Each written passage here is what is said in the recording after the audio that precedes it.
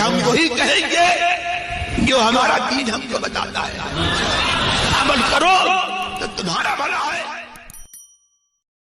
الانبیاء والمرسلین اما بعد اعوذ باللہ من الشیطان الرجیم بسم اللہ الرحمن الرحیم ان اللہ وملائکتہ یصلون علی النبی یا ایہا الذین آمنوا صلوا علیہ وسلموا تسلیما اللہم صلی علی سیدنا وشفیعنا وحبیبنا مولانا محمد وبارک وسلم صلاۃ و سلام علیک یا رسول اللہ صلی اللہ تعالی علیہ وسلم۔ سورہ مریم مکمل ہوئی تفسیر اور اب سورہ طٰہٰ کی تفسیر کا آغاز ہے۔ اس سورت کا نام طٰہٰ ہے کیونکہ اس سورت کا پہلا کلمہ طٰہٰ ہے۔ جیسے سورہ صاد کے اندر پہلا کلمہ صاد ہے تو اس کو سورہ صاد کہا جاتا ہے، اور سورہ قاف کا پہلا کلمہ قاف ہے اس لیے اسے سورہ قاف کہتے ہیں۔ تو اسی طرح اس سورہ کا نام بھی سورہ طٰہٰ ہے۔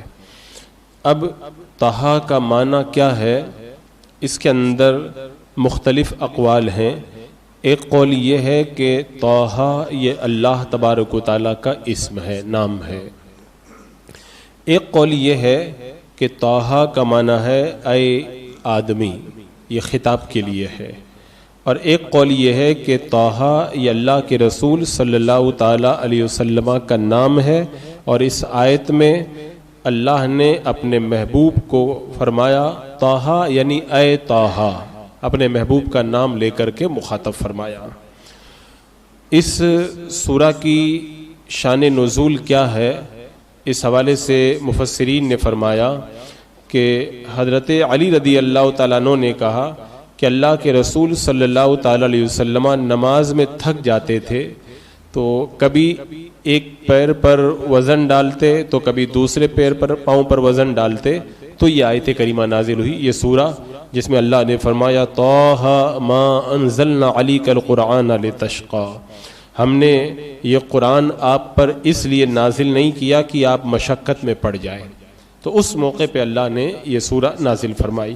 اور ایک روایت یہ ہے کہ جب اللہ کے رسول صلی اللہ تعالیٰ علیہ وسلم پہ قرآن مقدس نازل ہوا تو آپ نے اور آپ کے صحابہ نے نماز پڑھی اور بہت لمبا قیام کیا، تو قریش نے کہا کہ اللہ تعالیٰ نے محمد صلی اللہ تعالیٰ علیہ وسلم کو مشقت میں ڈالنے کے لیے ان پر قرآن نازل کیا، یعنی ان کو اتنی لمبی نماز پڑھنا پڑتا ہے، اتنی دیر تک کھڑا رہنا پڑتا ہے، تو معاذ اللہ ان پر قرآن اس لیے اترا ہے تاکہ یہ مشقت میں پڑ جائیں۔ تو اللہ نے یہ سورہ نازل فرما کے بتا دیا محبوب ہم نے قرآن آپ پر اس لیے نہیں نازل کیا ہے کہ آپ مشقت میں پڑ جائیں۔ اور مقاتل کی روایت میں یہ ہے کہ جب ابو جہل، ولید بن مغیرہ، نضر بن حارث، مطعم بن عدی نے اللہ کے رسول علیہ السلام کو لمبی لمبی نمازیں پڑھتے ہوئے دیکھا تو کہا کہ جب سے آپ نے اپنے باپ دادا کے دین کو چھوڑا ہے معاذ اللہ آپ بہت سختی اور مصیبت میں پڑ گئے ہیں۔ تو اللہ تعالیٰ نے یہ سورہ مبارکہ نازل فرمائی اور اس کے شروع میں ہی بتا دیا محبوب پر قرآن مشقت میں پڑھنے کے لیے نازل نہیں کیا گیا ہے۔ اور اس سے پہلے جو سورہ تھی وہ سورہ مریم اور یہ سورہ طٰہٰ، اور آپ جانتے ہیں کہ قرآن کی ہر آیت اور ہر سورہ کا آپس میں تعلق اور کنیکشن ہوتا ہے۔ تو یہ سورہ طٰہٰ، اس سے پہلے سورہ مریم، ان دونوں کا آپس میں کیا تعلق ہے، کیا کنیکشن ہے؟ تو فرمایا کہ سورہ مریم میں 10 انبیاء کرام کا اجمالی اور مختصر ذکر کیا گیا، یعنی حضرت زکریہ، حضرت یحییٰ، حضرت عیسیٰ، حضرت ابراہیم، حضرت اسحاق، حضرت یعقوب، حضرت موسیٰ، حضرت ہارون اور حضرت اسماعیل اور حضرت ادریس علیہ السلام، ان 10 نبیوں کا اجمالی ذکر تھا۔ اب اس سورہ میں یعنی سورہ طٰہٰ میں کچھ نبیوں کا تفصیل کے ساتھ میں ذکر ہوگا، تو ان دونوں کا آپس میں تعلق یہ ہے۔ سورہ مریم کے آخر میں جو آیت کریمہ پڑھی گئی تھی اس میں یہ کہا گیا تھا کہ آسانی کے لیے قرآن مقدس کو محمد صلی اللہ علیہ وسلم کی زبان پہ نازل فرمایا، وہاں پہ یہ تھا آخر میں، اور اس کے شروع میں یہ ہے کہ قرآن آپ کو مشقت میں ڈالنے کے لیے نازل نہیں کیا گیا. تو وہاں پر بھی آسانی کا ذکر تھا، یہاں پر بھی آسانی کا ذکر ہے. تو ان دونوں صورتوں کا آپس میں ایک تعلق یہ بھی ہے. اور یہ سورہ طٰہٰ وہی سورہ ہے. حضرت عمر فاروق رضی اللہ تعالیٰ عنہ کے ایمان لانے کا واقعہ آپ لوگوں نے بارہا سنا ہوگا کہ حضرت عمر رضی اللہ تعالیٰ عنہ کی بہن فاطمہ بنت خطاب رضی اللہ تعالیٰ عنہا اور حضرت سعید بن زید، یہ حضرت سعید بن زید کے نکاح میں تھی اور یہ دونوں ایمان لا چکے تھے. تو حضرت عمر سے یہ اپنا ایمان چھپایا کرتے تھے. نعیم بن عبداللہ یہ مسلمان ہو گئے تھے اور انہیں پتا تھا کہ حضرت عمر رضی اللہ تعالیٰ عنہ کی بہن ایمان لا چکی ہے. اور جب میرے آقا علیہ الصلوۃ والسلام کے خلاف مکہ کے کافروں نے معاذ اللہ قتل کا منصوبہ بنایا اور حضرت عمر رضی اللہ تعالیٰ عنہ معاذ اللہ میرے آقا علیہ السلام کے قتل کے لیے تلوار لے کر کے گھر سے نکلے تھے. حضرت عمر کو یہ بتایا گیا تھا کہ صفا پہاڑ کے پاس ایک گھر میں اللہ کے نبی علیہ السلام بھی ہے اور مسلمان اور مرد اور عورتیں بھی موجود ہیں جن کی تعداد جو ہے وہ 40 کے قریب پہنچ چکی ہے. اب اس وقت حضرت سیدنا امیر حمزہ رضی اللہ تعالیٰ عنہ میرے آقا علیہ السلام کے چچا اور حضرت ابو بکر صدیق اور حضرت علی اور دیگر مسلمان میرے آقا علیہ السلام کے ساتھ میں وہاں پر قیام پذیر تھے. تو جب حضرت عمر کی ملاقات نعیم سے ہوئی تو پتہ چلا کہ معاذ اللہ یہ اللہ کے رسول علیہ السلام کو شہید کرنے کے لیے جا رہے ہیں. تو کہا کہ اے عمر تم دھوکے میں مبتلا ہو، کیا تم سمجھتے ہو کہ بنی عبد مناف تم کو زمین پر چلنے کے لیے چھوڑ دیں گے اور تم اللہ کے رسول علیہ السلام کو قتل کر دو گے؟ تم اپنے گھر کی خبر لو.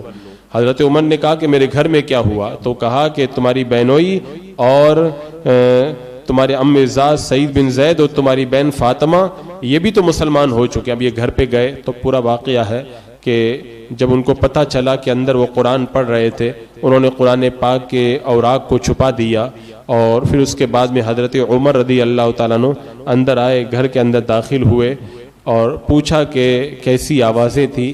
تو جب بات چیت مکمل ہوئی آخر کے اندر جو گفتگو ہے اس کا خلاصہ یہ ہے کہ انہوں نے کہا کہ آپ جو کتاب پڑھ رہے تھے مجھ کو بھی بتاؤ.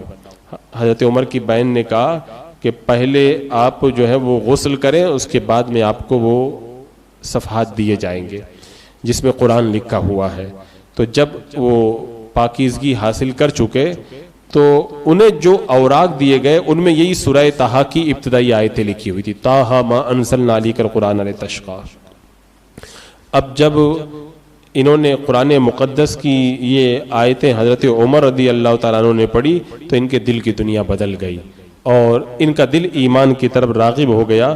حضرت خباب نے حضرت عمر کا یہ قول سنا تو وہ پہلے چھپ گئے تھے، نکل کر کے باہر آئے اور کہا کہ عمر اللہ کی قسم مجھے امید ہے کہ اللہ تبارک و تعالیٰ نے اپنے نبی کی دعا تمہارے حق میں خصوصیت کے ساتھ میں قبول فرما لی ہے، کیونکہ میں نے اللہ کے رسول علیہ السلام کو یہ دعا کرتے ہوئے سنا، اللہ اسلام کی ابو الحکم بن ہشام سے تائید فرما اور عمر بن خطاب سے تائید فرما.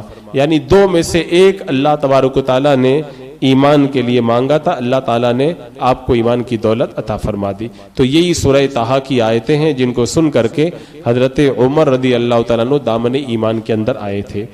تو رب نے فرمایا طٰہٰ ما انزلنا علیک القرآن لتشقیٰ، ہم نے یہ قرآن آپ پر اس لیے نازل نہیں کیا کہ آپ مشقت میں پڑ جائیں، الا تذکرۃ لمن یخشیٰ، یہ صرف ان کے لیے نصیحت ہے جو ڈرتے ہیں یعنی اللہ سے ڈرتے ہیں.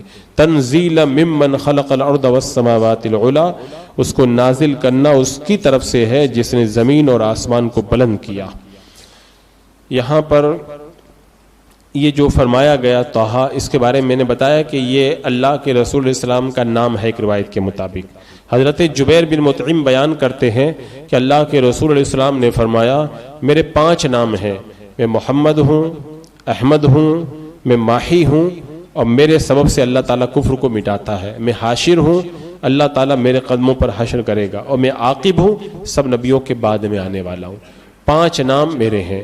اور ایک اور روایت میں اچھا یہ جو آپ نے فرمایا میرے 5 نام ہیں، اس کا یہ مطلب نہیں ہے کہ 5 ہی نام ہیں، بلکہ اس کا مطلب یہ ہے کہ پچھلی آسمانی کتابوں میں میرے یہ 5 نام موجود ہیں. کچھ روایتوں میں ہے آپ نے فرمایا میرے 10 نام ہیں.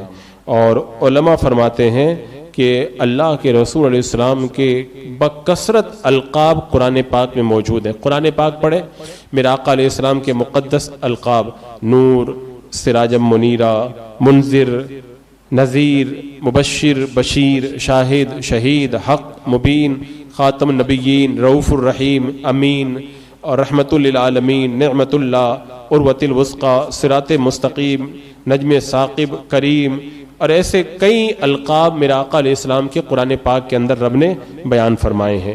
اللہ کے رسول علیہ السلام کے نام سے 5 نہیں ہیں, بلکہ بعض صوفیہ فرماتے ہیں اللہ تعالیٰ کے 1000 نام ہیں اور اللہ کے رسول علیہ السلام کے بھی 1000 نام ہیں.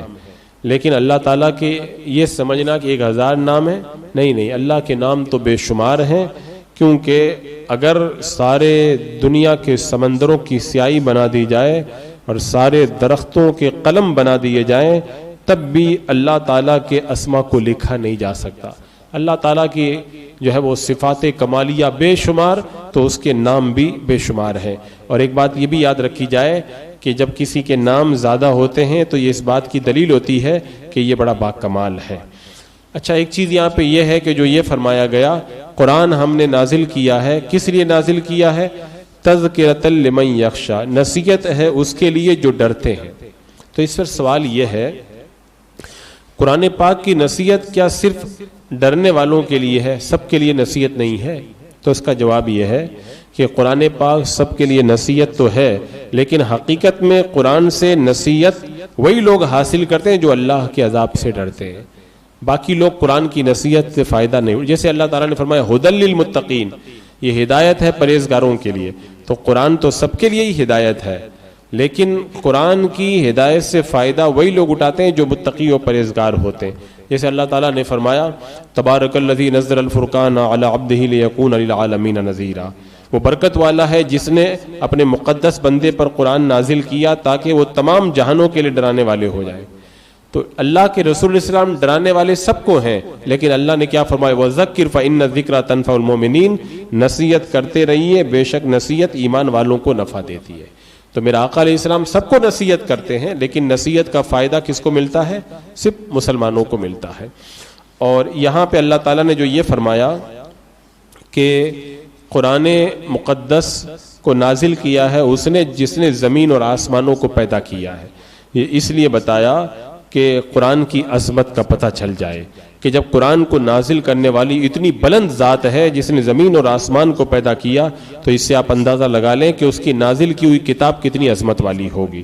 تو قرآن مقدس کی عظمت کو اللہ تعالیٰ نے بیان فرمایا تاکہ لوگ قرآن کے اندر غور و فکر کریں, کیونکہ جب کسی چیز کی عظمت کو بیان کیا جاتا ہے تو لوگوں کی طبیعتیں اس کی طرف راغب ہوتی ہیں. آج آپ دیکھیں جب کسی چیز کو شو کرنا ہوتا ہے, بلا تشبیہ و بلا تمثیل, شو کرنا ہوتا ہے تو لوگ اس کی بڑی بڑی خوبیاں بیان کرتے ہیں, تو پھر لوگ جو ہیں وہ زیادہ سے زیادہ اس کو دیکھنا چاہتے ہیں, اس کو سرچ کرتے ہیں, اس کی طرف راغب ہوتے ہیں. بلا تشبیہ و بلا تمثیل اللہ تعالیٰ نے قرآن کی عظمت کو اس لیے بیان کیا تاکہ لوگ قرآن کی طرف آئیں, اور جب قرآن پڑھیں گے تو ان کے دلوں کی دنیا بدل جایا کرے گی.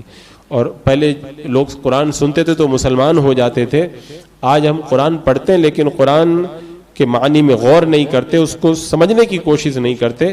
اگر ہم بھی قرآن سمجھ جائیں تو ہمارے دلوں کے اندر بھی انقلاب پیدا ہو. قرآن میں اللہ نے اتنا اثر اور اتنی تاثیر رکھی ہے.